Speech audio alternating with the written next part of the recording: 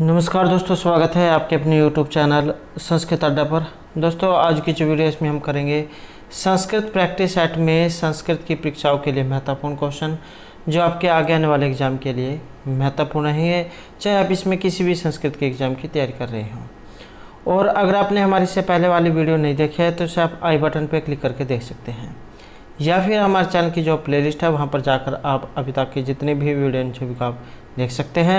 और वीडियो शुरू करने से पहले अगर आपने अब तक हमारे चैनल को सब्सक्राइब नहीं किया तो सब्सक्राइब कर ले और साथ में घंटी वाला आइकॉन ऐसे दबाकर आप ऑल पे क्लिक जरूर कर लीजिएगा, जिससे आपको हमारे आने वाली जो वीडियो है उसकी नोटिफिकेशन मिलती रहेगी।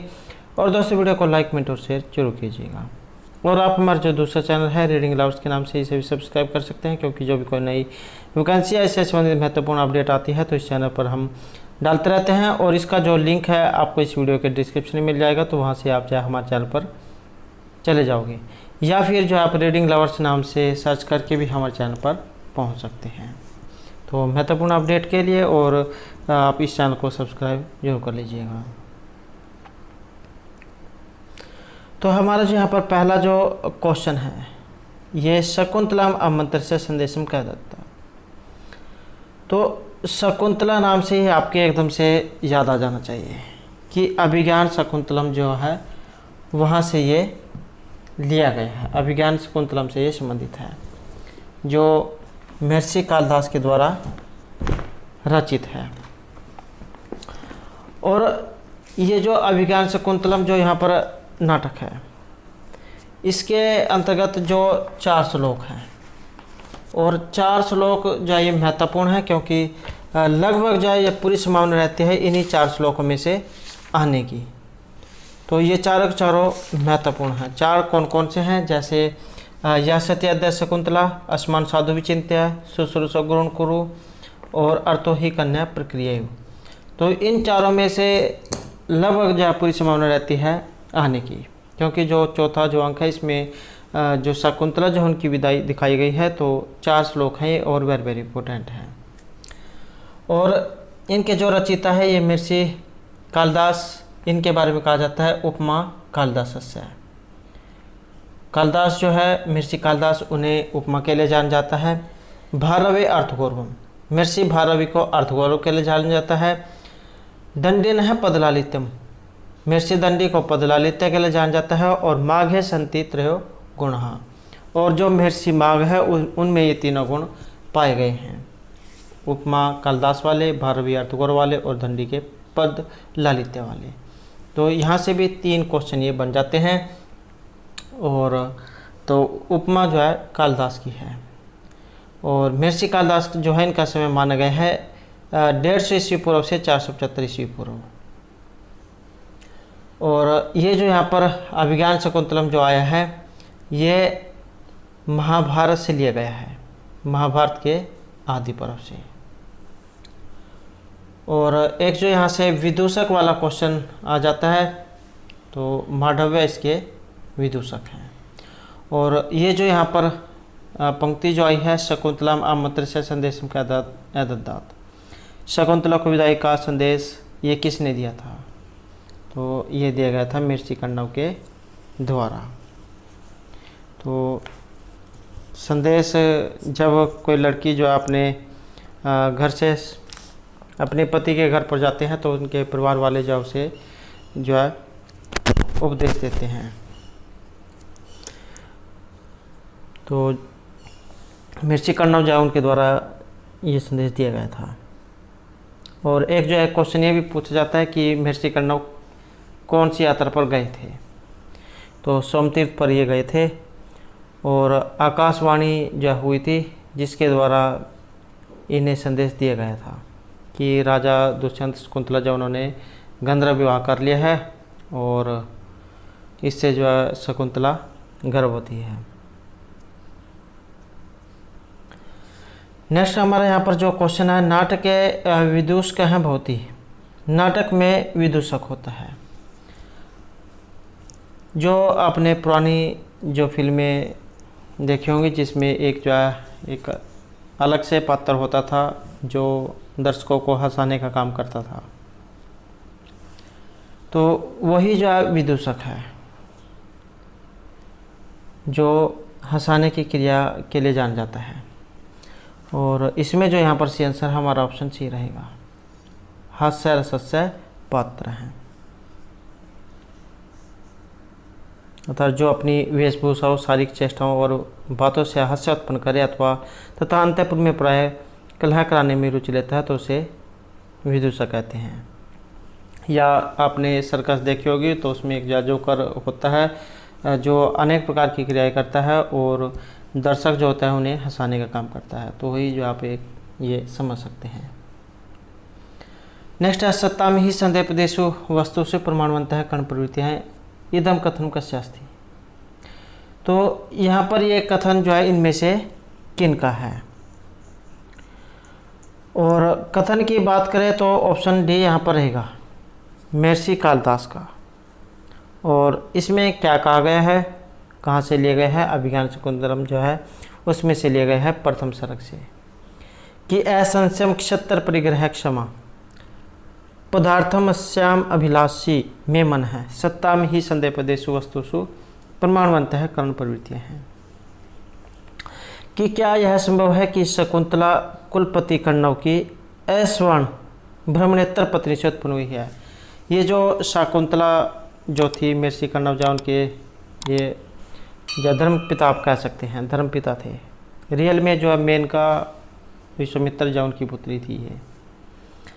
अथवा संदेह करना यह निसंदेह क्षत्रिय के द्वारा ग्रहण करने योग्य है, क्योंकि मेरा पवित्र मन इसे चाहता है और संदेहास्पद विश्व में अंतःकरण की प्रवृत्ति ही प्रमाण होती है।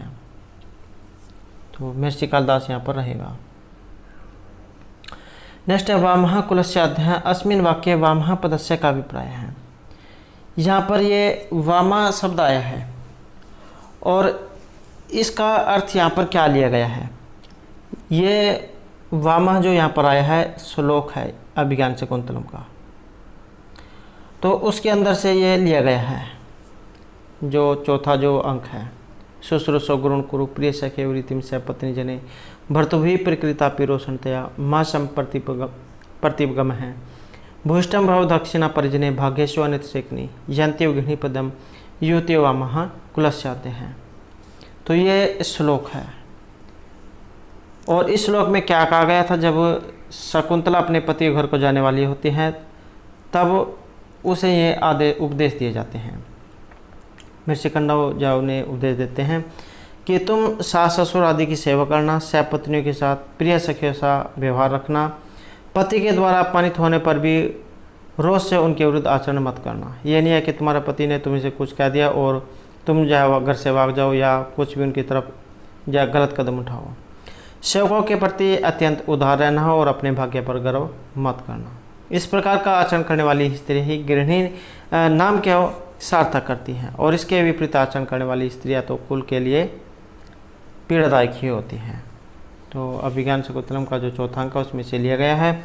और वामा जो यहाँ पर आया है, वामा का अर्थ आप समझ सकते हैं कि उल्टा चलने से लिया गया है। तो ऑप्शन डी जो है यहाँ पर रहेगा, अर्थात विपरीत चलना। जो अगर उसको किसी को सही बात भी कही जाए तो उसके विपरीत चलना।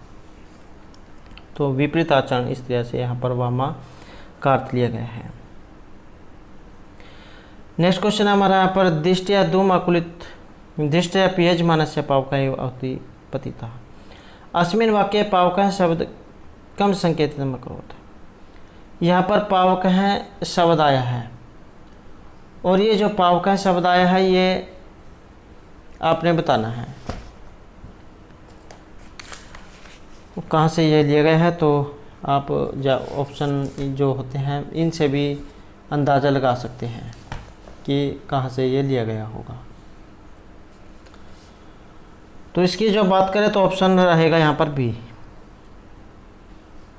शब्देन कम संकेतिता क्रोध। तो ये संकेत हुआ है दुष्यंत की ओर। तो इस प्रश्न में जो पावक शब्द है दुष्यंत की ओर संकेत कर रहा है कि धुएं से व्याकुल दृष्टि वाले यजमान की आहुति ठीक अग्नि में ही पड़ी है, जो सौभाग्य की बात है। या फिर आप इस तरीके से समझ सकते हैं कि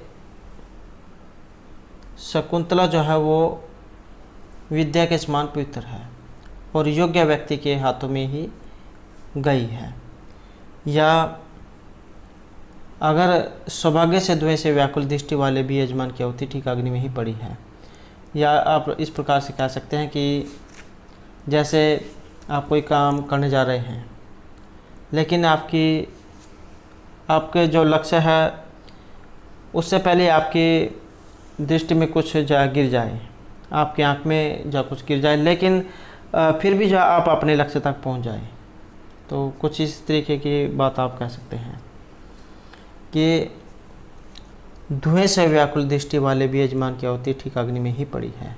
या फिर जैसे आप हवन कर रहे हैं और आपकी आंख में धुआं चल जाता है, लेकिन फिर भी जो आपकी आहुति है वो आग में ही डलती है। तो बात वही है, उसे समझने के तरीके अलग अलग हो सकते हैं।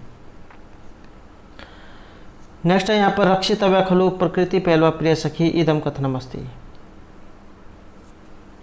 यहाँ पर यह कथन है और इस कथन का जो संबंध है तो ये ऑप्शन डी में रहेगा। अनुसूया है शकुंतला प्रति, अनुसूया का शकुंतला के प्रति। रक्षितव्या खलु प्रकृति पहलवा प्रिय सखी। जब दुर्वासा ऋषि शकुंतला को शाप देते हैं, या फिर आप इस तरीके से समझ सकते हैं, जब शकुंतला जो अपने पति के ख्याल में खोई होती है और दुर्वासा ऋषि उनके द्वार पर आते हैं, तब उनका जो शकुंतला जो उनका ध्यान दुर्वासा ऋषि की तरफ नहीं जाता है, तब वो उनको श्राप दे देते हैं। और श्राप देकर जब चले जाते हैं, तब अनुसूया शकुंतला के प्रति कहती है कि स्वभाव से ही कोमल सखी की हमें रक्षा करनी चाहिए। वे दोनों दुर्वासा के श्राप को शकुंतला पर प्रकट नहीं होना देना चाहती। यदि उसे श्राप का पता चल गया तो वे जीवित नहीं रहेगी। तो रक्षितव्या खलु प्रकृति पहलवा प्रिय सखी कि स्वभाव से ही कोमल सखी की हमें रक्षा करनी चाहिए। अनुसूया का ये शकुंतला के प्रति है। नेक्स्ट है शकुंतला सेवकीय में अमंत्र काल है यस्याह लताया लिंगम अकुर्वन् तस्य नाम की मासीत। जब ये जो शकुंतला जो है अपने पति के घर को जाने वाली होती है, या फिर आप कह सकते हैं कि जब इनकी विदाई होने वाली होती है, तब जिस प्रकार लड़की जो अपने माता पिता से गले लग के रोती है या उनसे अंतिम विदाई लेती है, तो इसी प्रकार से जब शकुंतला भी अपने पति के घर को जाने वाली होती है, तब वो जिससे प्रेम करती थी, जो उसके वहाँ पर जो लताएं जो पशु पक्षी जो थे, तो उनसे वो विदाई लेती है और उनसे गले मिलती है। तो वो लता यहाँ पर कौन सी है? और उस लता की अगर हम यहाँ पर बात करें तो ऑप्शन ए रहेगा, वन ज्योत्सना उसका नाम है।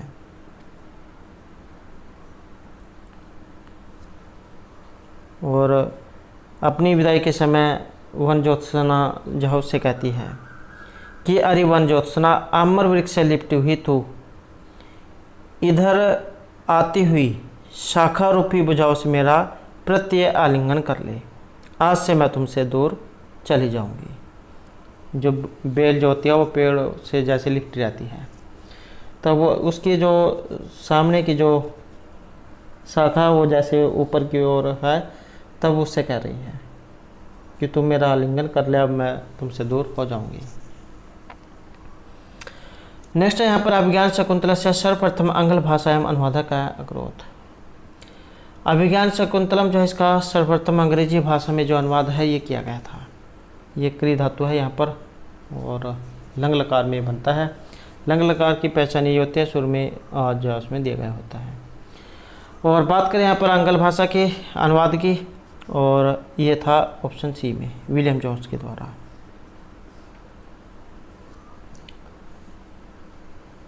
नेक्स्ट क्वेश्चन हमारा यहाँ पर सर्वथा चक्रवर्ती पुत्रम आपनुहि इत्यनेन वाक्यन किम निर्दिष्टः। यहाँ पर भी जो है कि ये श्लोक ही है और इसी के अंदर से ये ली गई है। सर्वथा चक्रवर्ती पुत्रम आपनुहि कि तुम जो है चक्रवर्ती सम्राट पुत्र को प्राप्त करो या उसकी माँ बनो। तो इसका जो संबंध है ऑप्शन ए में रहेगा। अभिज्ञान शकुंतलम के कथानक का प्रयोजन। इसके माध्यम से जो है शकुंतला को चक्रवर्ती सम्राट की माँ होने का आशीर्वाद दिया गया है। और राजा दुष्यंत और शकुंतला जो उनके जो पुत्र होता है उसका नाम शरदमन है।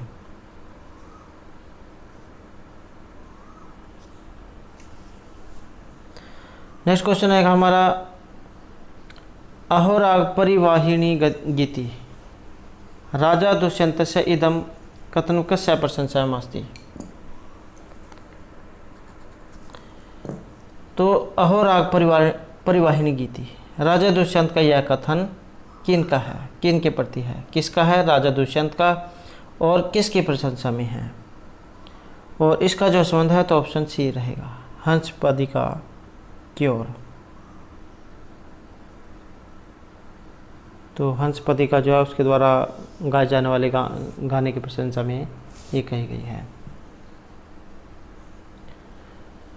नेक्स्ट क्वेश्चन है हमारा यहाँ पर निम्न अंकित है सुकम सुक्ति मेघदूतेन संबंधम नास्ति। तो यहाँ पर ये सुक्तियाँ हैं और मेघदूत से संबंधित एक नहीं है, और यह कौन सी है, तो इसका संबंध ऑप्शन बी में है। अकृतार्थेपि मनसि जय रति में उभय प्रार्थना कुरुते।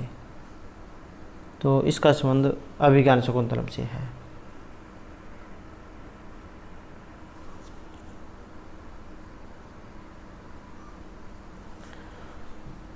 नेक्स्ट क्वेश्चन हमारा मेघदूत से।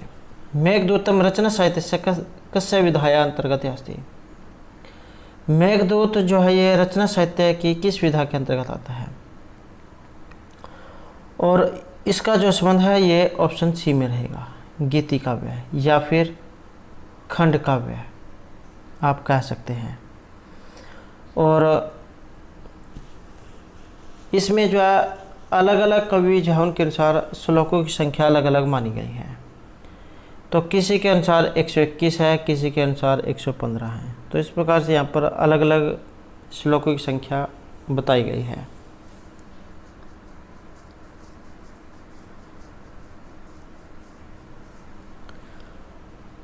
नेक्स्ट क्वेश्चन है हमारा विरहिणी यक्षिणी कुत्र अनिवसत। विरहिणी यक्षिणी कहाँ पर निवास करती है। जब कुबेर के द्वारा यक्ष को श्राप दे दिया जाता है तब वे रामगिरी जो पर्वत है वहाँ पर जाकर रहने लग जाते हैं, और यक्षिणी कहाँ पर रहती है, तो यह रहती है अलकापुरी में।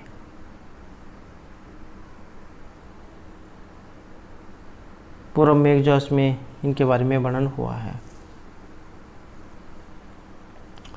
नेक्स्ट है मेघदूतम कथान कस्य मूल स्रोत अस्ति। मेघदूत कथान का जो मूल स्रोत है इनमें से क्या है, और मूल स्रोत का मतलब है कि ये कवि की अपनी कल्पना है।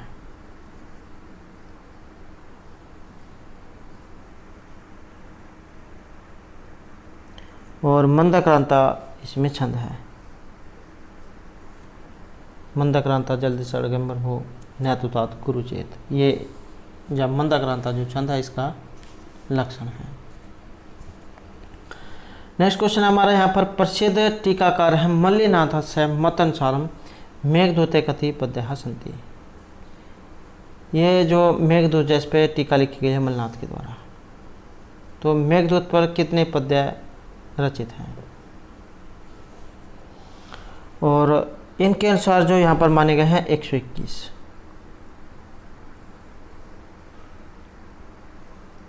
और दो भागों में बटा हुआ है, पूर्वार्ध उत्तरार्ध में। गीति काव्य खंड काव्य जो उसकी श्रेणी में ये आता है। नेक्स्ट है हमारा मेघदूतस्य प्रारंभे निम्नलिखितेषु कस्य विधा मंगलाचरणः कुर्वन्। तो मेघदूत के प्रारंभ में इनमें से किस प्रकार का मंगलाचरण हुआ है, और यहाँ पर जो संबंध है ऑप्शन सी में रहेगा, वस्तु निर्देशात्मक मंगलाचरण यहाँ पर इसमें हुआ है। इसमें जो श्लोक आया है कि कश्चित कांतविरह गुरुना स्व अधिकारात् प्रमतः शापेन स्तंगम महिमा वर्ष भोग्यन भर्तु यक्षः चक्रे जनक तन्या सनात पुण्योदकेशु स्निग्ध छाया तरुषु वस्ति रामगिरिया समेशु। तो वस्तु निर्देशात्मक ये रहेगा। और इसी के अंदर जो है जो ये यक्ष जो है ये भी मेघ को भी इसमें उपदेश दे रहे हैं। और ये भी बात इसमें आई है कि ये जो यक्ष जो है ये रामगिरी पर्वत पर निवास करते हैं। नेक्स्ट है किरातर्जुनीय। किरात शब्दस्य कस्य बोधक अस्ति। किरातर्जुनीय में जो किरात शब्द आया है ये किसका बोधक है, या फिर किरातर्जुनीय जो है महर्षि जो भारवी है उनके द्वारा ये रचित है। और महर्षि भारवी का अर्थ के लिए जाना जाता है। सर्गों की संख्या 18 और श्लोक 1030 हैं। और इसमें किरात शब्द आया है तो इस शब्द का संबंध भगवान शंकर से है। अर्जुन नायक और द्रौपदी इसमें नायिका है। और बृहत्तरी जो है उसके अंतर्गत ये आता है। महाभारत का जो वन पर्व है वहाँ से लिया गया है। नेक्स्ट क्वेश्चन है हमारा किरातर्जुनीय कति सर्गा सन्ति। ये जो किरातर्जुनीय जो महाकाव्य है इसमें सर्गों की संख्या कितनी है। और सर्गों की संख्या जो है यहाँ पर ऑप्शन बी रहेगा 18। अगला क्वेश्चन है समेन सिद्धि मुनियो न भूवृत है इदम कथनम कस्य अस्ति। तो ये जो कथन है यहाँ पर किन का है।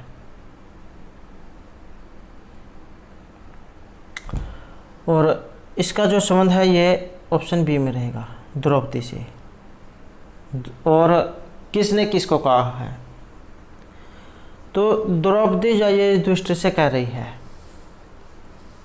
कि निष्काम तपस्वी शांति के द्वारा शत्रुओं को जीतकर सिद्धि को प्राप्त करते हैं, न कि राजा लोग। कि राजा जो होता है उनका काम ही शत्रुओं को पराजित करके राज्य को जीतना होता है। और तपस्वी लोग क्या करते हैं, शांति के लिए तपस्या वन में जाकर।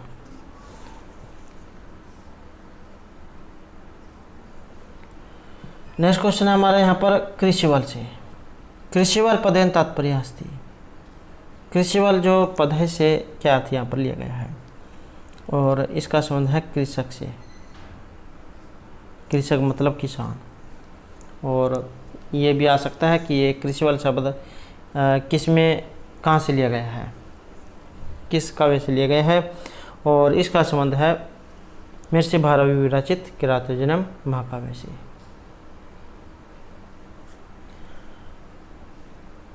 नेक्स्ट क्वेश्चन आएगा हमारा नारी समय पदेन तात्पर्य अस्ति। नारी समय पदेन तात्पर्य अस्ति। और इससे जो अर्थ लिया गया है तो ये मर्यादा से लिया गया है।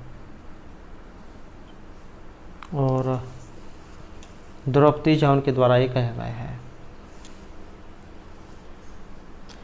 नेक्स्ट है किरातर्जुनीय प्रथम सर्गस्य अन्ते अधोलिखितेषु श्लोकेषु का छंद अस्ति। एक तो एक किरातर्जुनीय से लिया गया है और प्रथम सर्ग से लिया गया है और छंद है, और ये वाला है। इसमें कौन सा छंद है, विधि समय नियोगाद दीप्ति संहार जी है। और छंद जो है यहाँ पर इसमें लिया गया है मालिनी छंद। और ये जो मालिनी जो छंद है इसका लक्षण क्या होता है। मालिनी छंद का लक्षण होता है नन में युते मालिनी भोगी लोकाई। और इसमें अक्षरों की संख्या आ जाती है तो भोगी जो है इसमें अक्षर संख्या 8 है। लोकहा में अक्षरों की संख्या 7 है।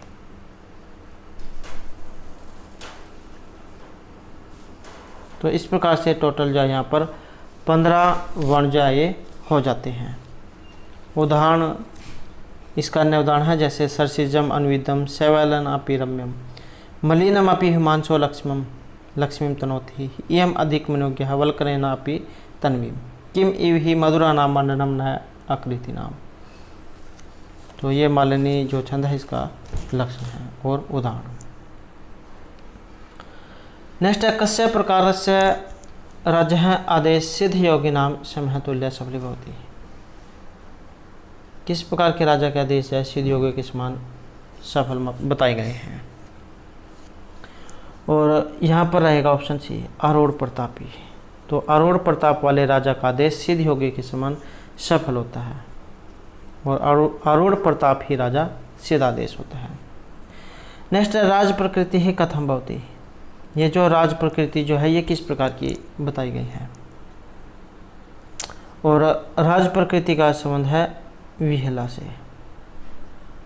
और कहाँ से ये शब्द लिया गया है। राज प्रकृति जो है आपने जो कादम्बरी पढ़ी होगी तो उसमें जो उपदेश दिया गया था तो उसी में जो है इसके बारे में कहा गया है।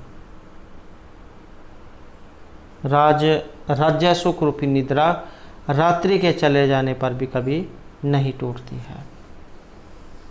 तो राज प्रकृति जो उसके बारे में यहाँ पर बताया गया है। और ये जो कादम्बरी है महर्षि बाणभट्ट जो उनके द्वारा रचित है। नेक्स्ट क्वेश्चन हमारा यहाँ पर चंद्रापीड़ से विवाह अकस्मात भवती। तो चंद्रापीड़ जो है इनका विवाह इनमें से किन के साथ होता है। और चंद्रापीड़ जो है इनका रहेगा ऑप्शन सी में। कादम्बरी जो है इनके साथ होता है। इनके नायक चंद्रापीड़ और नायिका है ये कादम्बरी।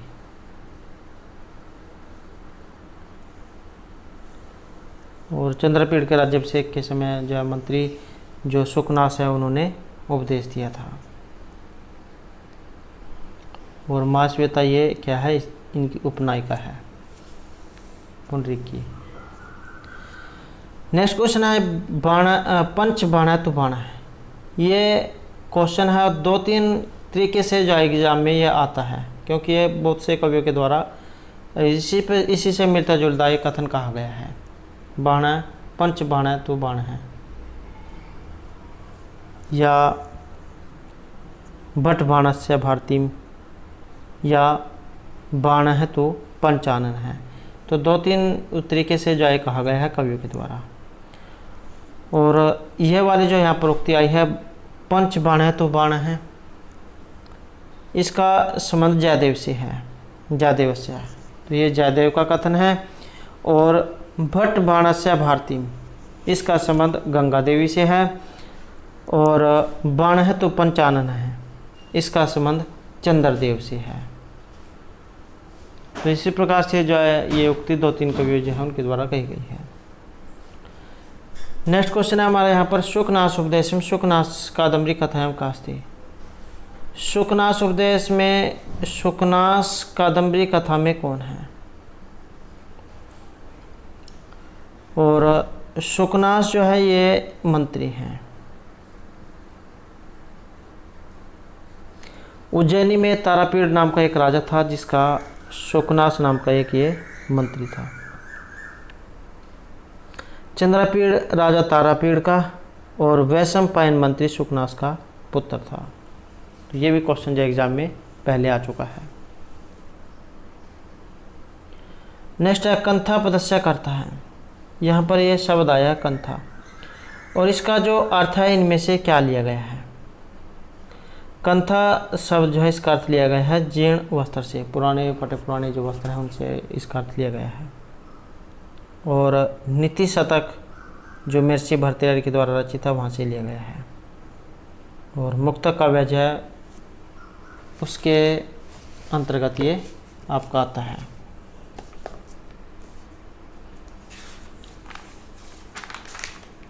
और ये जो महर्षि भर्तृहरि हैं इनके बारे में भी कुछ क्वेश्चन एग्जाम में देखने को मिले हैं कि भारतीय जो जनश्रुति जो उसके अनुसार महाराज भर्तृहरि को विक्रम संवत के संस्थापक महाराजा विक्रमादित्य का बड़ा भाई मानते हैं।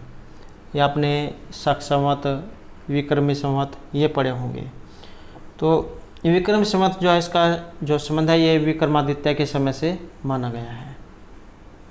और भारतीय परंपरा के अनुसार ये मालवा प्रदेश के निवासी थे और जाति के थे ये क्षत्रिय।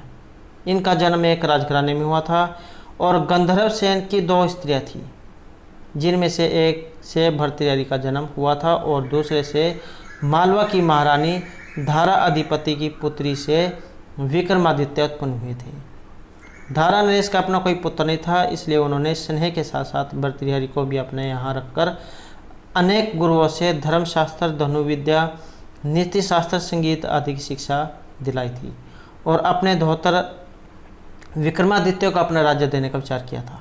किंतु विक्रमादित्य ने बड़े भाई के रहते स्वयं को राजा बनना स्वीकार नहीं किया था, अपितु प्रयास करके अपने नाना से भर्तृहरि को ही राजा बनवाया और स्वयं मंत्री बनकर उनका शासन चलाने में सहयोग दिया। और ये जो भर्तृहरि जो है इनकी दो रानियाँ थी। आपने पिंगला भर्तृ सांग सुना होगा या इनका किस्सा भी है, कहानी है, वेरी वेरी इंपॉर्टेंट है। तो दो रानियाँ थी इनकी, एक का नाम पद्माक्षी था और दूसरी का नाम पिंगला था। और ये जो महर्षि भर्तृहरि है जो है इन्हें शतक त्रय के लिए जाना जाता है, क्योंकि इन्होंने 3 शतक लिखे थे, नीति, श्रृंगार और वैराग्य शतक। और इनके जो काव्य है मुक्तक श्रेणी के अंतर्गत आते हैं। तो यह जो है इनके बारे में कुछ महत्वपूर्ण जानकारी थी। नेक्स्ट क्वेश्चन है हमारा यहाँ पर, प्रारभ्यते न खलु विघ्न भेन। ये भी यहाँ पर एक ये जो श्लोक है कि प्रारभ्यते न खलु विघ्न भेन नीचे, प्रारभ्य विघ्न विहिता वीरम अंतिमध्या, विघ्न ही पुनः पुनःपि प्रतिहन्यमाना प्रारभ्य च उत्तम जनान है परित्यजन्ति। तो यहाँ पर 3 प्रकार के व्यक्ति बताए गए हैं। एक तो आप कह सकते हैं फर्स्ट लेवल वाले, दूसरे सेकंड वाले और तीसरे थर्ड वाले, या फिर निम्न, मध्यम और उत्तम। निम्न लोग जो होते हैं वो समस्या विघ्नों के भय से कार्य को प्रारंभ ही नहीं करते हैं। जो सबसे थर्ड लेवल के हैं वो क्या करेंगे, किसी काम को सुनते ही जाओ उसे करेंगे ही नहीं। जो बीच वाले जो होते हैं मध्यम श्रेणी के, वो काम को करेंगे भी लेकिन बीच में छोड़कर भाग जाएंगे। लेकिन जो ये उत्तम श्रेणी के व्यक्ति जो होते हैं वो जिस भी काम को करने लग जाते हैं उसे पूरा करके ही छोड़ते हैं, चाहे बीच में कितनी ही दिक्कत क्यों ना आए। तो वही जो है यहाँ पर जो उत्तम, मध्यम, अधम इस प्रकार के जो व्यक्ति हैं उनके बारे में यहाँ पर बताया गया है। तो प्रारभ्यते न खलु विघ्न भेन, जो सबसे नीच जो होते हैं थर्ड लेवल वाले व्यक्ति, वो क्या करते हैं, अगर किसी काम को उनका पता लग जाए तो वो उसे शुरू ही नहीं करते हैं। तो वही जो यहाँ पर सी रहेगा, ये नीच व्यक्ति, तुच्छ लोग जो है विघ्न के वैसे कार्य को आरंभ ही नहीं करते हैं। नेक्स्ट रहेगा यहाँ पर, ये परहितम स्वार्थ है निगनंती नीति शतक अनुसारम ते जना संति। तो यहाँ पर ये परहितम स्वार्थ है निगनंती, ये भी नीति शतक से लिया गया है और उनके अनुसार व्यक्ति के बारे में बताना है वे किस प्रकार के हैं। और ऑप्शन रहेगा बी, मनुष्य, राक्षस। तो राक्षस जो उसके अनुसार ये बताए गए हैं कि जो लोग अपनी भलाई के लिए औरों से हित को नष्ट करते हैं, जो लोग अपनी भलाई के लिए दूसरों के हित को नष्ट करते हैं वे अधम हैं। मनुष्य नामधारी राक्षस हैं, कि कहने में वे मनुष्य लेकिन क्या है वे वास्तव में राक्षस हैं। नीति शतक जो है उसके उसमें से लिए गए हैं परोपकार पद्धति से, 65वां श्लोक है ये। नेक्स्ट है न अस्ति उद्यम समय है, ये भी यहाँ पर एक ये श्लोक है उसमें से लाइन ली गई है, आलस्य में ही मनुष्य नाम से रस्ता महारिपु हो, न अस्ति उद्यम समय बंधु हो कृत्वयम नावसिद्धि। कि मनुष्य के शरीर में रहने वाला आलस्य ही उसका सबसे बड़ा शत्रु होता है। परिश्रम जैसा दूसरा कोई अन्य मित्र नहीं होता, क्योंकि परिश्रम करने वाला कभी दुखी नहीं होता। दुखी कौन होगा, जो हमने पहले वाले श्लोक में जहाँ पढ़ा था, सबसे नीच वाला व्यक्ति। तो इसमें जो यहाँ पर ये श्लोक जो आया है नास्ति उद्यम समय है, तो परिश्रम के समान क्या कोई नहीं है, परिश्रम करने वाला कभी दुखी नहीं होता और परिश्रम जैसा दूसरा कोई अन्य मित्र नहीं होता है। तो ऑप्शन ए यहाँ पर रहेगा।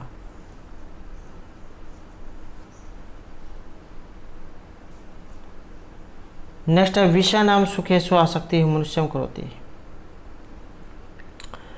और इसका जो यहाँ पर संबंध है तो ऑप्शन रहेगा ए में, नष्ट है।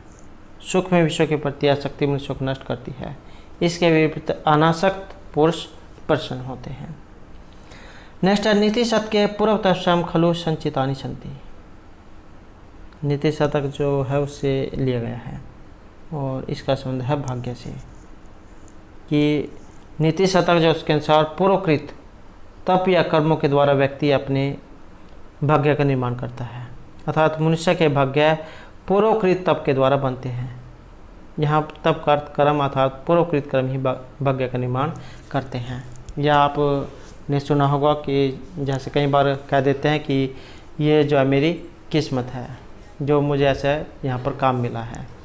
तो कुछ काम ऐसे होते हैं जो व्यक्ति को अपने पूर्व जन्म से मिलते हैं, इसलिए जो है कहा जाता है कि सभी जो है अच्छे कर्म करें ताकि आपका अगला जन्म भी सफल हो जाए। नेक्स्ट है उत्तरामचरितस्य तृतीय अंकेषु कस्य नद्यः उल्लेखः अस्ति। उत्तरामचरित जो से ये लिया गया है जो महर्षि भभूति के द्वारा रचित है, और महर्षि भभूति जो ने करुण रस का कवि कहा गया है। और यहाँ पर यह तीसरा अंक जो उससे पूछा गया है, इसमें किस नदी को उल्लेख है, और इसका संबंध रहेगा ऑप्शन सी में, गोदावरी नदी जो है उसका उल्लेख यहाँ पर हुआ है। और तीसरा जो अंक है उसे छाया अंक कहा गया है। तो ये भी वेरी वेरी इंपॉर्टेंट क्वेश्चन है, क्योंकि एग्जाम में जो है ये इसके बारे में भी पूछा जाता है। नेक्स्ट क्वेश्चन जो हमारा यहाँ पर रहेगा,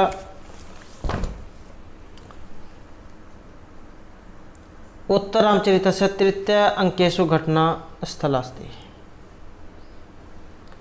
ये जो उत्तरामचरित जो है इसका जो तीसरा अंक है इसमें घटना स्थल आपने बताना है, और इसमें रहेगा ऑप्शन डी है पंचवटी।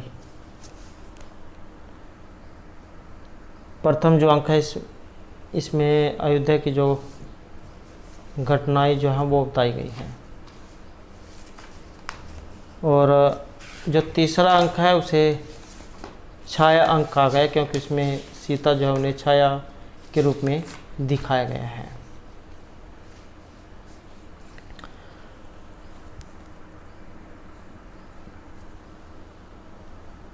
और इसका जो प्रारंभ है ये तमसा और मोरला नामक जो नदी अधिष्ठात्री जो देवी जो हैं देवता, उनके संवाद से इसका प्रारंभ होता है।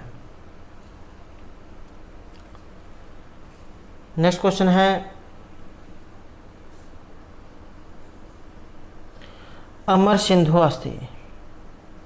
अमर सिंधु इनमें से कौन है? और इस शब्द का जो प्रयोग हुआ है तो ये रहेगा ऑप्शन सी में, गंगा जो उनके लिए इस शब्द का प्रयोग हुआ है। और इसका जो संबंध है ये भी आपके उत्तरामचरित से है। नेक्स्ट है, मूर्छित रामम चेतनाम कथम अमिलत। मूर्छित जो राम है उन्हें चेतना कैसे मिलती है? और इसका जो यहाँ पर संबंध है तो यह रहेगा ऑप्शन सी में, सीता के कर स्पर्श के द्वारा। कर मतलब हाथ, हाथ के स्पर्श के द्वारा राम को चेतना आती है, अर्थात राम को जो है यहाँ पर वो जाग जाते हैं। और ये जो घटना हुई है तीसरे अंक में हुई है जिसे छाया अंक कहा गया है, और श्लोकों की संख्या इसमें 48 मानी गई है। और बात कर लेते हैं इसके सातों के सातों अंक की, क्योंकि सात के साथ महत्वपूर्ण है। प्रथम जो अंक है इसका नाम चित्रदर्शन है, द्वितीय अंक का नाम है पंचवटी प्रवेश, तृतीय अंक का नाम है छायांक, चतुर्थ अंक का नाम है कौशल्याजनक योग, पंचम अंक का नाम है कुमार विक्रम, षष्ठम जो अंक है इसका नाम है कुमार प्रत्यय विज्ञान, और सातवां अंक है गर्भांक। तो ये तीसरा अंक है आपका छायांक। नेक्स्ट है उत्तरामचरितस्य तृतीय अंकान छायांक कथयन्ति। जो छायांक जो है ये तीसरा अंक है और ये क्यों कहा गया है, और इसका रहेगा ऑप्शन डी में, क्योंकि मंच पर उपस्थित सीता जो है राम को दिखाई नहीं देती है। नेक्स्ट क्वेश्चन हमारा पुटपाकस्य अभिप्रायस्ति। पुटपाक ये एक शब्द है और इसका अर्थ लिया गया है, और इसका जो अर्थ है तो ये रहेगा ऑप्शन डी में, औषधि पकाने विशिष्ट नियम है, औषधि पकाने का एक विशिष्ट ढंग। ये भी आपको उत्तरामचरित से लिया गया है तीसरे अंक से। नेक्स्ट है त्वम जीवितम वाक्यस्य का अर्थ है। त्वम जीवितम एक इस शब्द का अर्थ यहाँ पर क्या लिया गया है, और इसका संबंध रहेगा कि तुम मेरा जीवन हो।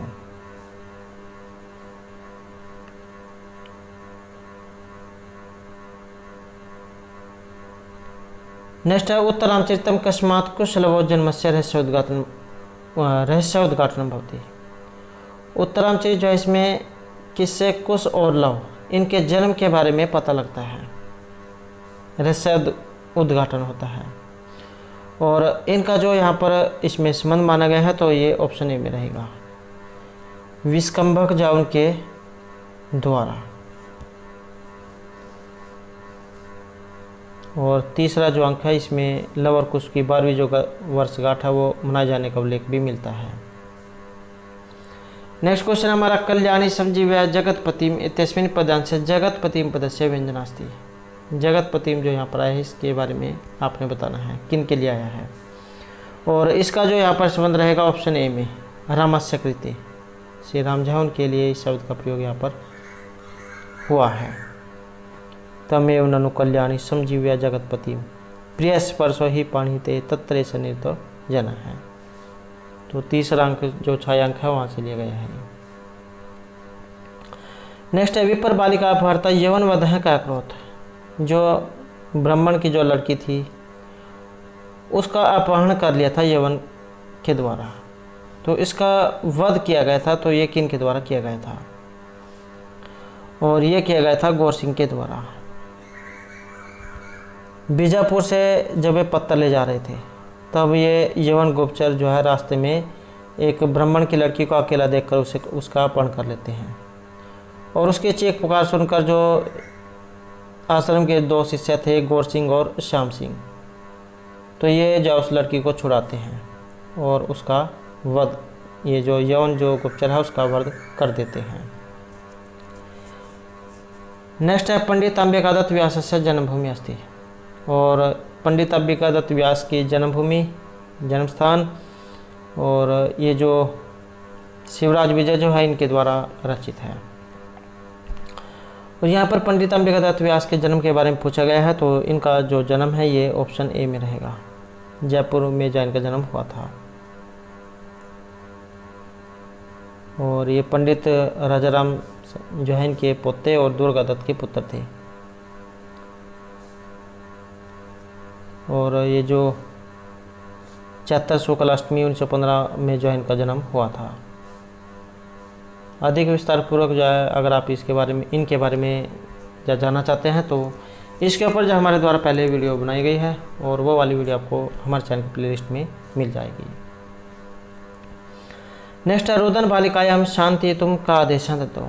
रोती हुई जो लड़की थी उसको शांत कराने का आदेश दिया गया था।